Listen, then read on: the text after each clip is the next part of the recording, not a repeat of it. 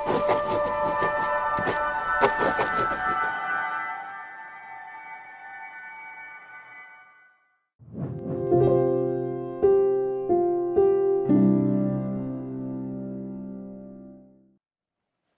ጤና ይስጥልኝ የተስፋ ቴሌቪዥን ተከታታዮች፣ ይህ ከመጽሐፍ ገጾች የተሰኘው ፕሮግራማችን ነው።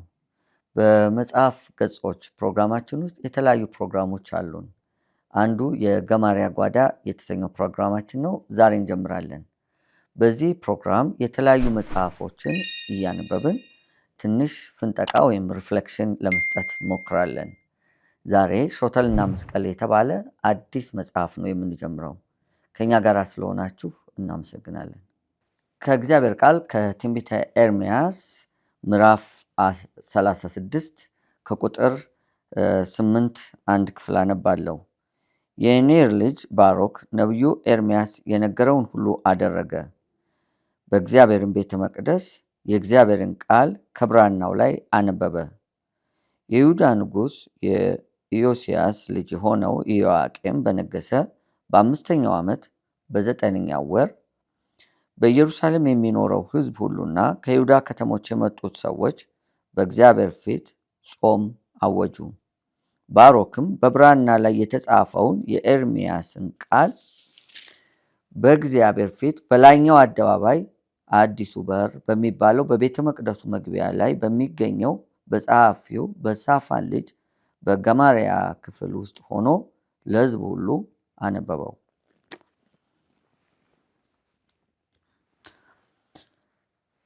የገማርያ ጓዳ የተሰኘው ይህን ፕሮግራማችን የገማርያ ጓዳ ያልንበት ምክንያት በተለየ ሁኔታ መጽሐፍቱን ባሮክ የሚያነብበት የተለየ ክፍል ስለነበረው ያንን ታሳቢ በማድረግ ነው።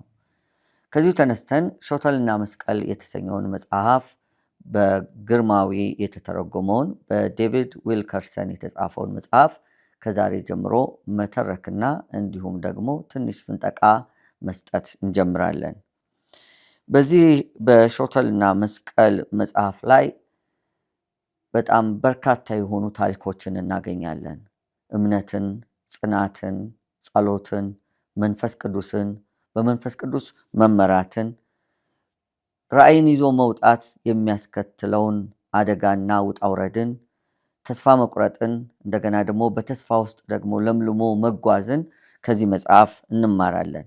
መጽሐፉ በተለይ ለወንጌል አገልግሎት ለሚወጡ፣ ጸሎትን ለሚወዱ፣ በመንፈስ ቅዱስ መመራትን እጅግ አጥብቀው ለሚመኙና የእግዚአብሔር ለሚጠባበቁ ሰዎች ለልባቸው ከፍ ማለት፣ መነሳሳት አንዳች ፋይዳ እንደሚኖረው እናምናለን። ዴቪድ ዊልከርሰን ከ1950ዎቹ አጋማሽ ጀምሮ ከኒውዮርክ 300 ማይልስ ርቀት ላይ በምትገኝ አንዲት የገጠር ቤተክርስቲያን ውስጥ በመጋቢነት የሚያገለግል ሰው ነበር። ድንገት እግዚአብሔር ወደ ሕይወቱ መጥቶ ጥሪ ከሰጠው በኋላ የሕይወቱ አቅጣጫ ሙሉ ለሙሉ ሲቀየር ይታያል። በዚህ መጽሐፍ ውስጥ ዴቪድ ያለፈባቸውን ውጣ ውረዶች በተለያየ መንገዶች ውስጥ እንዴት በጽናት እንዳለፈ እንመለከታለን። ዴቪድ ዊልከርሰን ወደ ኒውዮርክ ከተጓዘ በኋላ ያጋጠመው ነገር አእምሮ ሊገምተው ከሚችለው በላይ ነው። ነገር ግን እያንዳንዷን ውጣ ውረድ በጽናት ተቋቁሞ በማለፍ የእግዚአብሔርን ታላቅ ስራ የሰራ ለብዙዎች አብነታዊ ምሳሌ የሚሆን ተግባርን ያከናወነ ድንቅ ሰው ነው።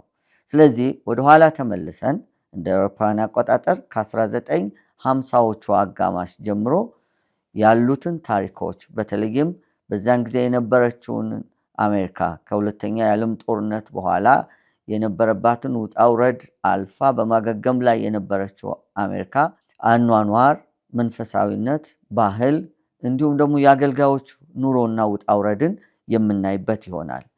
ይልቁንም ደግሞ በዚህ ታሪክ ውስጥ በጎዳና ላይ የሚኖሩ ነውጠኛ ወጣቶችን እንዴት በወንጌል መድረስ እንደተቻለ አስገራሚውን ታሪክ ወደኋላ እየዞርን እንመለከታለን። አብራችሁን ስለምትቆዩ እናመሰግናለን።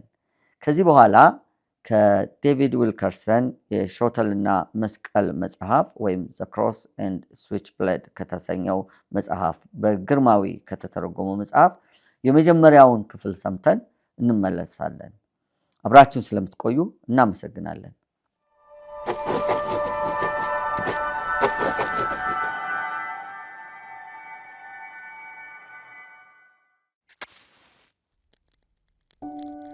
ሾተልና መስቀል በዴቪድ ዊልከርሰን የተጻፈው ቃል። እናም ከእሳት ምድጃው አጠገብ ዝም ብዬ ቆምኩ። ከምድጃው ከፍ ብሎ በሚገኘው መደርደሪያ ላይ በቅርጽ ጥበብ ባለሙያ ተሰርቶ የተቀመጠ የስንዴ ነዶ አምሮ ይታያል ሲል ያወጋናል ባለ ታሪኩ ከወደ ታሪኩ መቋጫ ሲቃረብ። ከሙሉ ታሪክ እንደሚታየው የስንዴ ነዶ መቼም በዋዛ አልተገኘም። የኔ ግራሞት ግን ተራው ሰው ከተራነት የመጠቀ የስንዴ ነዶ ማካበቱ ብቻ አይደለም። ለዚህ ሁሉ ድንቅ ገጠመኝ የመንስኤነቱን ሚና የተጫወተው የተጻፈው ቃል መሆኑ ነው። እናም በዚህ መጽሐፍ ውስጥ የተካተተው ቃል በእርሱ ሕይወት ውስጥ ምን ይፈጥር ይሆን ስል እየተደነኩ መሆኔን ሳልሸሽግ ነው ወደ ማሳው የምጋብዞ። ምዕራፍ 1 ለጠቅላላው ድንቅ ገጠመኝ መንስኤው አንድ ምሽት በጥናት ክፍሌ ተቀምጬ ሕይወት የሚል መጽሔት ማንበቤ ነበር። ያን መጀመሪያ የገለጥኩትን ገጽ ስመለከት ለጊዜው ቀልቤን የሚስብ ነገር አላገኘሁም። በገጹ ላይ እኔ ከነበርኩበት 300 ማይሎች ርቃ በምትገኘው በኒውዮርክ ከተማ የተሰየመ የፍርድ ችሎት በስዕል ቀርቦ ነበር። እስከዚያን ጊዜ ድረስ ወደ ኒውዮርክ ከተማ ካለመሄዴም በላይ ወደዚያ የሚሄድ ፍላጎትም አድሮብኝ አያውቅም ነበር፣ የነጻነትን ሐውልት ለማየት ከማሰቤ በቀር። ገጹን ገልበጥ አድርጌ ላልፍ ስል ቀልቤ በስዕል ውስጥ ከሚገኙ ሰዎች በአንዱ አይን ውስጥ ተሳበ። ይህም በግድያ ወንጀል ተከሰው ከቀረቡት 7 ልጆች አንደኛው ነበር። ሰዓሊው በልጁ ገጽታዎች ላይ አስደናቂ ግራ መጋባት፣ ጥላቻና ጥበት አንጸባርቆበት ስለነበር ደህና አድርጌ ለማየት ስል መጽሔቱን አስፍቼ ዘረጋው። በዚህ ላይ ያለው አለቅስ ጀመር። አልቅሽ ሳበቃም ምን ሆኛለሁ ስል እየጮሁ በጥድፊያ እንባዬን አደራረቅ ጀመር። ስዕሉን በበለጠ ጥንቃቄ ተመለከቱት። ልጆቹ በሙሉ ታዳጊዎች ሲሆኑ ዘንዶ የተሰኘው የወንበዴዎች ቡድን አባላት ነበሩ። ስዕሉ የሚያሳየው እንዴት በኒውዮርክ ወደሚገኝ የሃይብሪጅ ፓርክ እንደሄዱና ማይክል ፋርመር የተባለ የ15 ዓመታት ልጅ በጭካኔ እንደገደሉት ነበር። ምስኪን የፖሎ በሽተኛ ልጅ። 7ቱ ልጆች የማይክልን ጀርባ 7 ጊዜ በሾተል ከወጉት በኋላ ራሱንም ቀጠቀጡ። ተግባራቸውን ካከናወኑ በኋላም ከፀጉራቸው ደም እያበሱና ደህና አድርገን አቅምሰነዋል ሲሉ እየፎከሩ መንገዳቸውን ቀጠሉ። ታሪኩ ከፍተኛ የጥላቻ ስሜት አጫረብኝ። ሆዴን አገላበጠው። በትንሿ ተራራማ መንደራችን እንዲህ አይነት ነገሮች የማይታመኑ ይመስሉ ነበር። ለዚህ ነበር ወደ አእምሮ ያቃጨለው ሐሳብ በድመማ የሸበበኝ። ሐሳቡ ከሌላ ዓለም የተላከብኝ ይመስል አስደነገጠኝ። ወደ ኒውዮርክ ከተማ ሂድና እነዚያ ልጆች እርዳቸው የሚል። እንደ እብድ ሁሉ ከጣሪያ በላይ ሳኩ።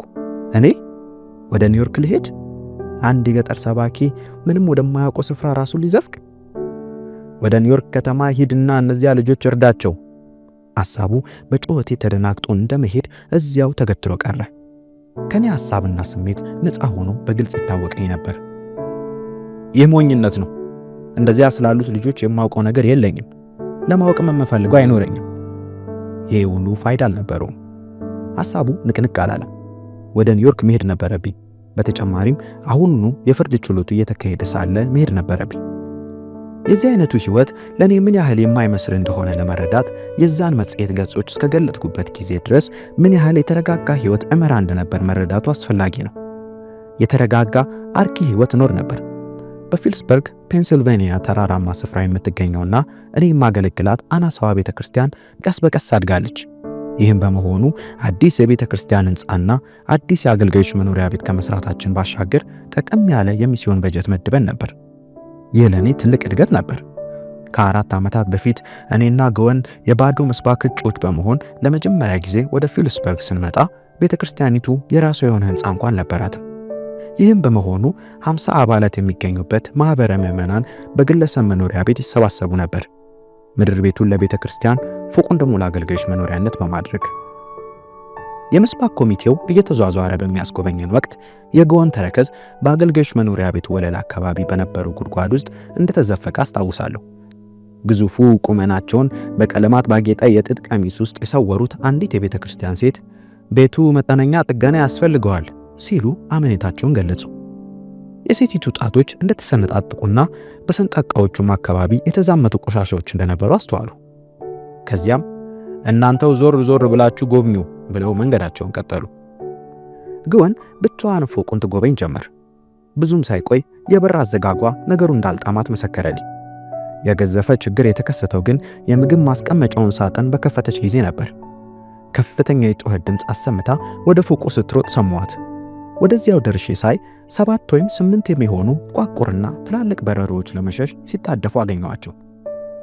ግወን ሳጥኑን በኃይል መልሳ እየዘጋች ዴቭ አልችልም በቃ ስትል አለቃቀሰች። የኔን ምላሽ ሳትጠብቅ በረጃጅም ቅልጥሞቿ ደረጃውን እያንቋጠጠች ሮጠች። እኔም ያስጎበኘን የነበረውን ኮሚቴ በፍጥነት ይቅርታ ጠይቄ ግወንን ወደ ሄደችበት ሆቴል ተከተልኳት። በፊልስበርግ ብቸኛ በነበረችው ሆቴል ውስጥ ሕፃን ታቅፋ ስትጠብቅ አገኘኋት። አዝናለሁ የኔ ውድ፣ ሰዎቹ ግሩም ሰዎች ናቸው፣ በረሮቹ ግን በጣም አስፈሩኝ ስትል ይቅርታ ጠየቀች። ዕቃዎቻችንን በሙሉ ጠቅልላ ስለቆየች ፊልስበርግ ሌላ ሰው እንድትፈልግ ማሰቧ ግልጽ ነበር። ይሁንና ሁኔታው በዚህ መልኩ አልቀጠለም። በዕለተ ሰንበት የምሽት ስብከት እንዳቀርብ ተጠይቄ ስለነበር ከዚያ በፊት ስፍራውን ለመልቀቅ አንችልም ነበር። እንደተነገረኝ ስብከቱን ባቀርብም የዚያን ምሽቱ ስብከት ጥሩነቱ አይታወሰኝም። ይህም ሆኖ በዚህች የቤት ውስጥ ቤተክርስቲያን የተሰባሰቡትን 50 ምዕመናን አንዳች ነገር የነካቸው ይመስል ነበር። እናም በፊቴ ከተኮለኮሉት ገበሬዎች አያሌዎቹ ወደ ማህረባቸው አቅንተው ይስሉ ነበር። እኔም ስብከቴን ከፈጸሙ በኋላ በሐሳቤ ወደ መኪናዬ ገብቼ ከፊልስበርግ ስመለስ ነበር ከምዕመናኑ አንዱ ብድግ ብለው የሚከተለውን ጥያቄ የሰነዘሩት። ሪቨረንድ ዊልከርሰን ተመልሰ ልትመጣና የኛ ቤተክርስቲያን መጋቢ ልትሆን ትፈቅዳለህን? ይህ ያልተጠበቀ ጥያቄ በመሆኑ እኔን ጨምሮ በዚያ የነበሩትን ሁሉ አስደመማቸው። በዚህች አነስተኛ የእግዚአብሔር መንጋ ውስጥ ከበርካታ እጩዎች መካከል አንዱን ለመምረጥ እየሞከሩ ነበር። በዚህም ለሳምንታት ከስምምነት ላይ ሳይደርሱ የቆዩ ሲሆን በዚህ ጊዜ ሽማግሌው ሚስተር ሜየር በራሳቸው ኃላፊነት ተመልሼ እንድመጣ መጋበዛቸው አስገራሚ ነገር ነበር። ይሁንና በብጥብጥ ፈንታ ከሜየር ዙሪያ የተሰባሰቡት ሰዎች ራሶቻቸውን በማወዛወዝና ድምጾቻቸውን በማሰማት ለሽማግሌው ድጋፋቸውን ይሰጡ ጀመር። ለጥቂት ደቂቃዎች ወደ ውጪ ወጣ ብለን ከባለቤት ጋር ተመካከር፣ እኛም እንከተላለን አሉኝ ሚስተር ሜየር። ግወን ውጪ ጽልመት በጋረደው መኪና ውስጥ ጸጥ ብላ ተቀምጣለች። ዴቢ በሕፃን ቅርጫቷ ውስጥ ከመኪናው የኋላ ወንበር ላይ ተኝታለች። ሻንጣችንም ለጉዞ ተዘጋጅቶ ከጎኗ ተጋድሟል። የግወን ዝምታ በበረሮቹ መብሸቋን ያስረዳኝ ነበር። ግወን እርዳታ ያስፈልገናል፣ እናም መጸለይ የሚገባን ይመስለኛል አልኋት። ስለ እነዚያ በረሪዎች ጸልይ አለችኝ፣ እንደዚያው እንደተከፋች። እሺ ይህንኑ አደርጋለሁ። ራሴን ዝቅ አደረኩና ከዚያች አነስተኛ ቤተክርስቲያን ውጪ በሚገኝ ጨለማ ውስጥ የእግዚአብሔርን ፈቃድ በምልክት ለማወቅ የሚሻ ልዩ የጸሎት ቤተ ሙከራ ሰራው። ይህም በእግዚአብሔር ፊት ቆዳ ማንጠፍ በመባል ይታወቃል። ለዚህ ምክንያቱ ጌዲዮን ለሕይወቱ የእግዚአብሔርን ፈቃድ ለማወቅ በፈለገ ጊዜ በቆዳ ምልክት ለማግኘት ስለሞከረ ነው። አንድ የበግ ቆዳ ከመሬት አስቀምጦ ሲያበቃ በሌላው ስፍራ ሁሉ ጤዛ እንዲወርድና በቆዳው ላይ ግን ጠብ እንዳይል ጸለየ። ጠዋት ሲነሳ አካባቢ ሁሉ በጤዛ ረጥቦ ሲገኝ ቆዳው ግን ደረቅ ነበር። እግዚአብሔር ምልክት ሰጡ። ጌታ ሆይ አሁን በፊትህ ቆዳ ላነጥፍ እፈልጋለሁ። ፈቃድ ምን እንደሆነ ብቻ ካወቅን ይህንን ልናደርግ በፊትህ አለን። ስለሆነም እዚህ በፊልስበርግ እንድንቀመጥ ከፈለክ የኮሚቴው አባላት በሙሉ ድምፅ እንዲመርጡን በማድረግ እንድታሳየን ይሁን። እንዲሁም ደግሞ በራሳቸው ፈቃድ የምንኖርበትን ክፍል ለማደስ ጥሩ የምግብ ማቀዝቀዣና ምድጃ ለማስገባት እንዲስማሙ ይሁን። በዚህ ጊዜ የቤተ ክርስቲያኒቱ የፊት በር ተከፍቶ ኮሚቴው ወደኛ መምጣቱ ስለጀመረ ግወን አቋርጣኝ እንዲሁም ጌታ ሆይ እነዚህን በረሮች ለማጥፋት ፈቃደኞች እንዲሆኑ አድርጋቸው ስትል ጸለየች። ጠቅላላው ማህበረ ምዕመናን ኮሚቴውን ተከትለው በመውጣት እኔና ግወን በቆምንበት የመኪናችን ጥግ ተሰባሰቡ። ወንድማችን ዴቪድ፣ እህታችን ግወን ሁላችንም በአንድ ድምፅ በመጋቢነት እንድታገለግሉን መርጠናቸዋል። 100% ተመልሳችሁ ለመምጣት የምትስማሙ ከሆነ ለመኖሪያ ቤታችሁ አዲስ ምድጃና ሌሎችንም ነገሮች እናደርጋለን። እንዲሁም ቦታውን ማጽዳት እንዳለብን የእህታችን ዊሊያምስ ሁኔታ ያሳስበናል። አዎ እነዚያን በረሮች ለማስወገድ ማጽዳቱ መልካም ነው አለች ግወን። በተከፈተው የቤተ ክርስቲያን በር በኩል አልፎ በሚያበራው ብርሃን ስመለከት ግወን ታነባ ነበር። በጉዳዩ ተስማምተንና ሰዎቹን ጨብጠን ወደ ሆቴላችን ከተመለስን በኋላ ግወን በጣም እንደተደሰተች ነገረችኝ። በመሆኑም ከዚያን ዕለት ጀምሮ የደስታ ሕይወት መኖር ጀመረ። የገጠር ሰባኪነቱ ሕይወት በእጅጉ እንደተስማማኝ። ምዕመኖቻችንን በአብዛኛው ገበሬዎችና የድንጋይ ከሰል ነጋዴዎች ነበሩ። ታማኞች፣ እግዚአብሔርን የሚፈሩና ለጋሶች። እንደ ቅቤ፣ ወተት፣ ስጋና እንቁላል የመሳሰሉትን ነገሮች አሽገው ለቤተ ክርስቲያን አስራት ይሰጡ ነበር። በአጠቃላይ የፈጠራን ጥበብ የተካኑ ደስተኞችና የሚደነቁ ሲሆኑ ከእነርሱም ብዙ መማር ይቻል ነበር። በፊልስበርግ 1 ዓመት ከጥቂት ወራት በላይ ከኖር በኋላ ከከተማይቱ አጠገብ በቤዝቦል መጫወቻ ስፍራ ገዛን። እኔም በዚያ ስፍራ ቆሜ እግዚአብሔር በዚህ ስፍራ ቤተ ክርስቲያን እንዲገነባልን ጠየቁት። ይህም ደግሞ ተግባራዊ ሆኖ አይቻሉ። ከቤተ ክርስቲያኒቱ ደጃፍ ቀጥለን የመኖሪያ ቤት የሰራን ሲሆን ግወን የቤቱ እመቤት እስከሆነች ድረስ ማንኛውም አይጥ ተልእኮውን የማሳካት ዕድል አልነበረውም። ቤቱም በአንድ በኩል በኮረብታዎች በሌላ በኩል ደግሞ በቤተ ክርስቲያኒቱ መስቀል የታጀበ ውብ ባለ 5 ክፍሎች ነበር። ግወንና እኔ በፊልስበርግ ተግተን በመስራት ለተወሰነ ስኬት ልንበቃ ቻለን። በ1958ቱ የአዲስ ዓመት ዕለት የራሳችንን ትንሽዬ ልጅ ቦኒን ጨምሮ የምዕመናኑ ቁጥር 250 ደረሰ። እኔም ጥድፊያ ይበዛብኝ ነበር። ከኮረብታማው የ5 ሄክታር መሬት ላይ የተገነባውን አዲስ የቤተ ክርስቲያን ሕንፃ ወይም እያደገ የመጣውን የሚስዮን በጀት ወይም በአግዳሚ ወንበሮቹ ላይ የተኮለኮለውን ሕዝብ ማየት ያልረገበውን መንፈሳዊ ጥማት እየተረዳው መጥቼ ነበር። ይህንን መረዳት ያገኘሁበትን ዕለት በሚገባ አስታውሰዋለሁ። ሰዎች የሕይወታቸውን አስፈላጊ ቀናት እንደሚያስታውሱ ሁሉ ዕለቱ የካቲት 17 1958 ዓ.ም ነበር። በዚያን ምሽት ቴሌቪዥኔን ለመሸጥ ወሰኑ። ምሽቱ ከገፋና ግወንና ልጆቹ ከተኙ በኋላ ከቴሌቪዥኑ ፊት ጉብ ብዬ የሌሊቱን ትዕይንት እመለከት ነበር። ትዕይንቱ ዳንስ የሚያሳዩ ልጃገረዶች የተሳተፉበት ነበር። ወዲያውም ይህ ሁሉ ምንኛ ዘጊ እንቅስቃሴ እንደሆነ አሰብኩ። እያረጀ በመሄድ ላይ ነህ ዴቪድ ስለ ራሴን አስጠነቀቅኩ። በዚህ ጊዜ ተደጋግሞ ከመቅረቡ የተነሳ አሰልቺ በመሆነው የቴሌቪዥን ትዕይንትና የዳንሱ ዋነኛ ተዋናይ በሆነችው ልጅ ላይ ቀልቤን ለማሳረፍ አልቻልኩም ነበር። የልጅቱ ሚና የተመልካችን ልብ መስቀል ነበር። ብድግ ብዬ ቴሌቪዥኑን ስዘጋው ወጣቶቹ ሴቶች በመስታወቱ መሃል አድርገው ከመቅጽበት ሲሰወሩ አየሁ። ከዚያም ወደ ቢሮዬ ተነስቼ በመሄድ ቡናማ ቀለም ባለው ተሽከርካሪ ወንበር ላይ ተቀመጡ። በየምሽቱ በቴሌቪዥን መስታወት ፊት አፍጥጬ የማጠፋው ጊዜ ምን ያህል ረጅም ነው? ጌታ ሆይ ይህንን የቴሌቪዥን ሽጬ እሱን በመመልከት የማጠፋውን ጊዜ በጸሎት ባሳልፍ ምን ይከሰት ይሆን ስላሰብኩ በቤታችን ውስጥ ቴሌቪዥን የማየው እኔው ብቻ ነበርኩ። በየምሽቱ ለ2 ሰዓታት ብጸልይ ምን ይከሰት ይሆን? የአስደሳች ስሜት የጫረብኝ ሐሳብ ነበር።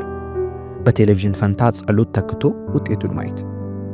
ወዲያው ሐሳቤን በሐሳብ ደረጃ ለመቅጨት ማመካኛዎችን እደረድር ጀመር። በየምሽቱ ጉልበቴ ተማጦ ድካም ይጫጫነኝ ነበር። ወዲያውም መዝናናትና የተግባር ለውጥ ማድረግ ያሻኛል። ቴሌቪዥን የሕዝባችን አንዱ ባህል እንደመሆኑ ለአገልጋይ ሕዝቡ ከሚያውቀውና ከሚነጋገርበት ጉዳይ መራቁ መልካም አይደለም ስልም አስቡ። ከወንበሬ ብድግ ብዬ መብራቶቹን አጠፋፋውና ከመስኮቱ አጠገብ ቆሜ በጨረቃ ብርሃን የደመቀውን ኮረብታ እመለከት በጌታ ፊት አኖሩ። ከቴሌቪዥን ለመራቅም ስላልፈለኩ ነገሩን በእግዚአብሔር ላይ ትንሽ ጠበቅ አደረኩ። ጌታ ሆይ በዚህ ጉዳይ ላይ ውሳኔ ለመስጠት እርዳታ ስለምፈልግ የሚከተለውን ካንተ ጠይቃለሁ። ይህን ቴሌቪዥን ለመሸጥ በወረቀት ላይ ጽፌ መንገድ ላይ እለጥፋለሁ። አንተም ይህንን ሐሳብ የምትደግፍ ከሆነ ገዢ ወዲያውኑ እንዲመጣ አድርግ። ወረቀቱ መንገድ ላይ ከተለጠፈ ግማሽ ሰዓት ሳያልፍ ገዢው እንዲመጣ አድርግ ስል ጸለይሁ። በቀጣዩ ጠዋት ሐሳቤን ለግወን ሳጫውታት ምንም ስሜት አልሰጣትም። ግማሽ ሰዓት? ይህ ዴቪድ የሚጸልይበት ጉዳይ እንዲፈጸም አለመፈለጉን ያሳያል አለች። እውነቷን ነበር። ይህም ሆነ ማስታወቂያውን ጽፌ ለጠፉ። ማስታወቂያው ከተለጠፈ በኋላ በቤታችን አስገራሚ ትዕይንት ተከሰተ። ከአንድ ወገን ቴሌቪዥኑ፣ ከሌላ ወገን ልጆቹና ግወን ወደ እኔ ሲመለከቱ፣ እኔ ደግሞ ከስልኩ አጠገብ ወዳለው ትልቅ የግድግዳ ሰዓት ላይ አይኖችን ተክዬ ተቀመጥኩ። ሰዓቱ ማስታወቂያው ከተለጠፈ 25 ደቂቃዎች ማለፋቸውን ያመለክታል። የአንቺ ሐሳብ ትክክል ሳይሆን አይቀርም ግወን፣ ነገሩ የሚሳካ ስል ስልኩ አቃጨለ። ግወንን እየተመለከቱ በዝግታ ብድግ ብዬ አነሳሁት። የሚሸጥ ቴሌቪዥን አለዎት ሲል ጠየቀኝ የወንድ ድምፅ። አዎን አለኝ። አይነቱ RCA ሲሆን በጥሩ ሁኔታ ላይ ይገኛል። መጠኑ 19 ኢንች ከተገዛ 2 ዓመታት። ዋጋው ስንት ነው? $100 ስል ፈጠን ብዬ መለስኩ። እስከዚያን ጊዜ ድረስ ስለ ዋጋው አላሰብኩም ነበር። እሺ ገዛዋለሁ አለ ሰውየው። ሳያዩት? ግድ የለም በ15 ደቂቃዎች ውስጥ ገንዘቡን ይዤ ደርሳለሁ። ከዚያ በኋላ ሕይወቴ ጭራሽ የቀድሞውን ሊሆን አልቻለም። በየምሽቱ የቴሌቪዥን መክፈቻ እንደ መጫን ወደ ቢሮዬ ገብቼ በሬን በመዝጋት ጸልይ ጀመር።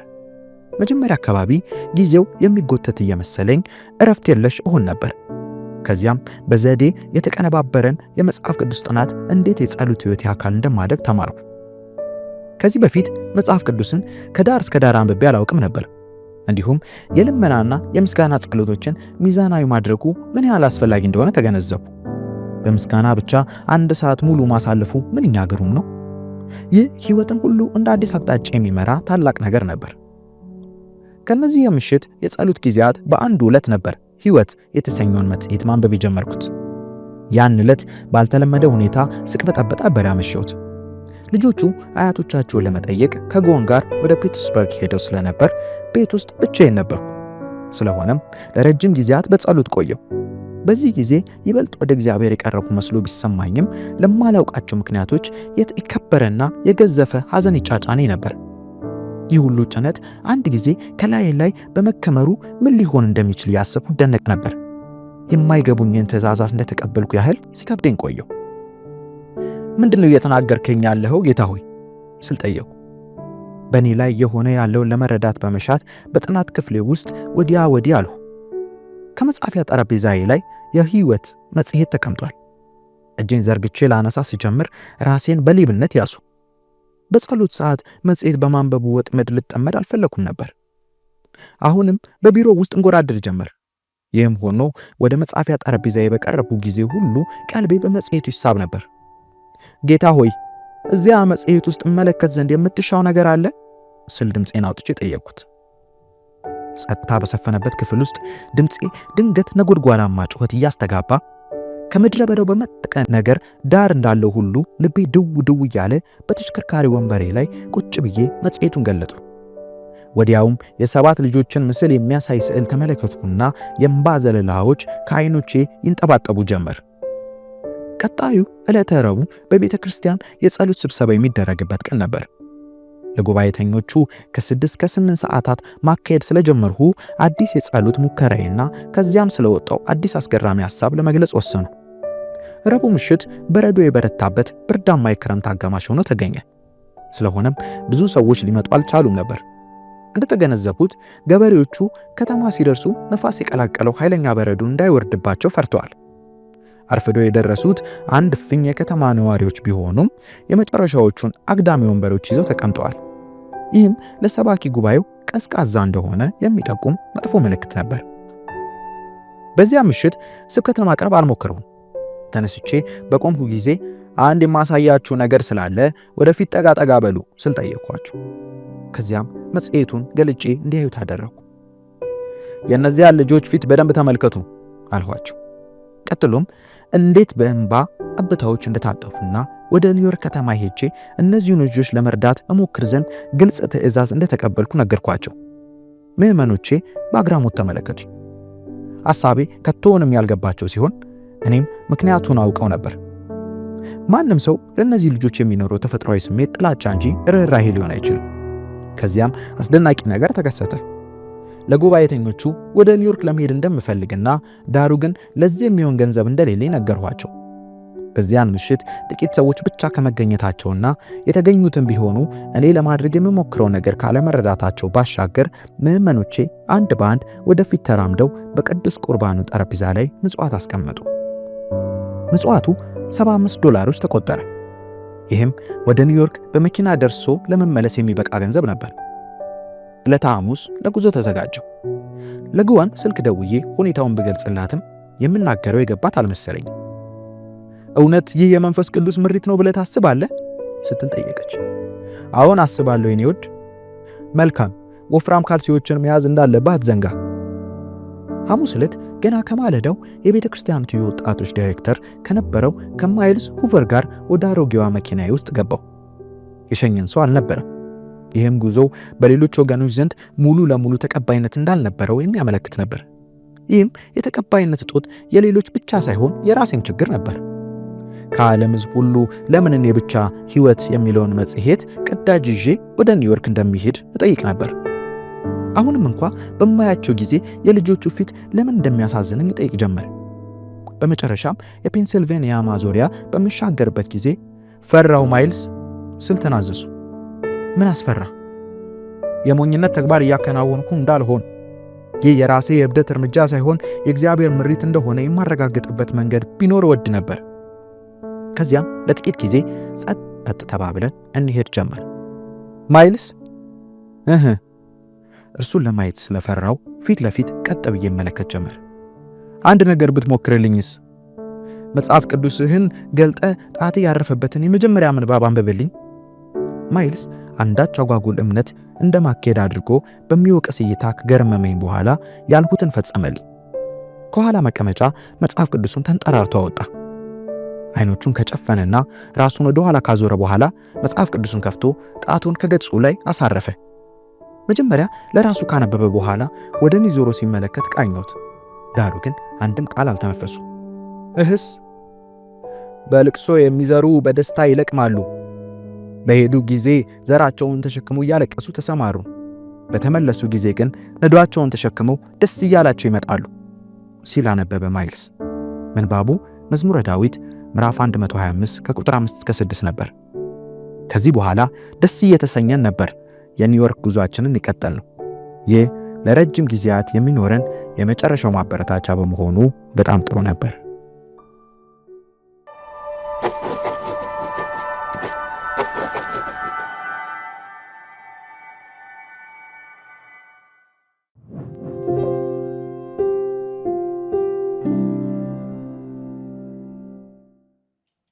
ውድ ተመልካቾቻችን ከምንባቡ በጣም በርካታ ቁም ነገሮችን እንዳገኛችሁ ተስፋ አደርጋለሁ።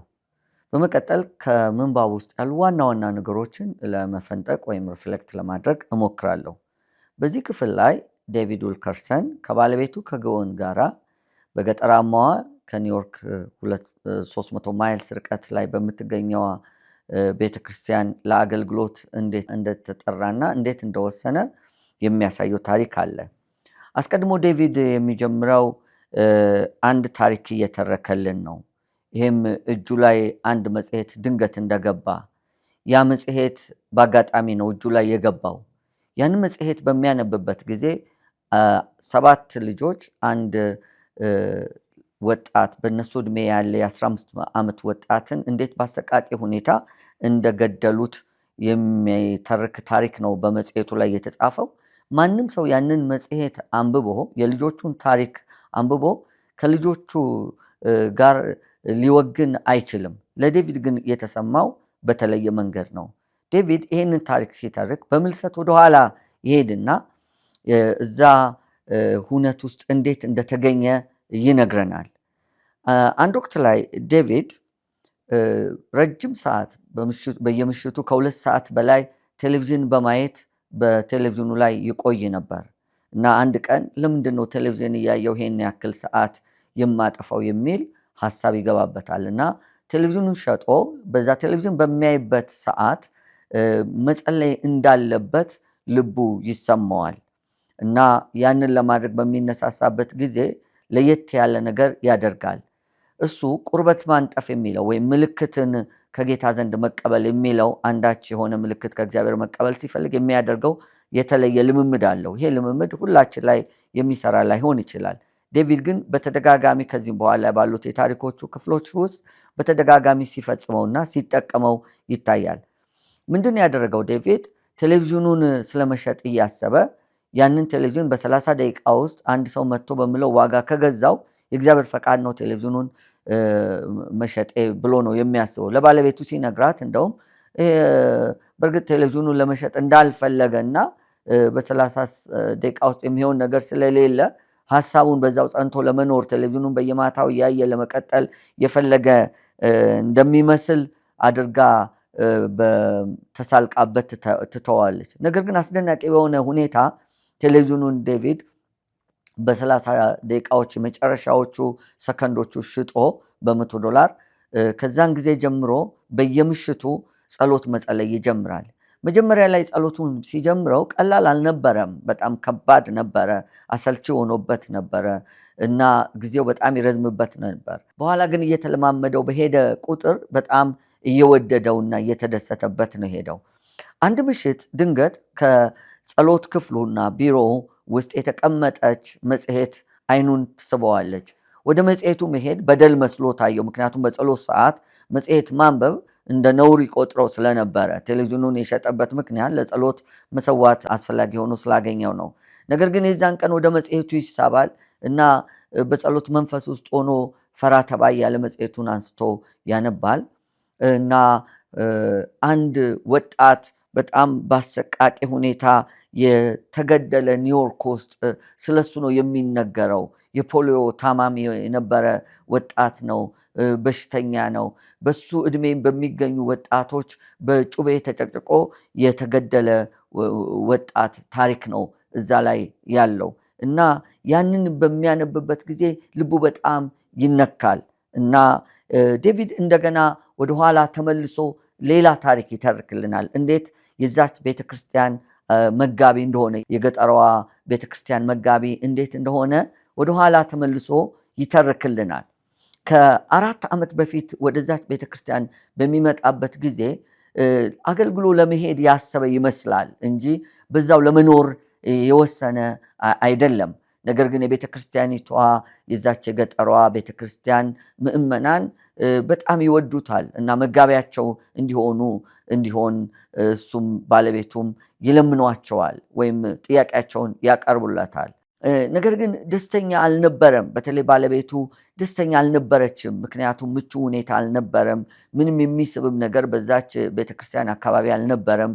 የምእመናኑ ቁጥር ከ50 የማይበልጥ ነው እና እስቲ ጎብኙ ብለው ቤቱን መኖሪያቸውን ሲያስጎበኟቸው ደግሞ የበለጠ ተስፋ አስቆራጭ ነገር ይገጥማቸዋል እና በተለይ ባለቤቱ የቤቱን ጽዳት መጉደል፣ ማርጀት እና ብዙ ጥገና እንደሚፈልግ እየተመለከተች እና ተስፋ ቆርጣ እያየች እያለ ድንገት ደግሞ ከመሳቢያዎች ውስጥ የወጡት በረሮች በጣም ጥቋቁርና ትላልቅ በረሮች በጣም ያስደነግጧታል እና ለመኖር አልፈለገችም።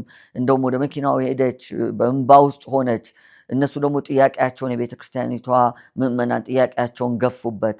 በዚህ ጊዜ የጌታን ፈቃድ ማወቅ አለብን ብለው በጌታ ፊት ለጥያቄ ይቀርባሉ እና በዛን ጊዜ የጌታን ፈቃድ በሚጠይቁበት ጊዜ ነገሩ እንዳሰቡትና እንደጠየቁት ሆኖ ያገኙታል።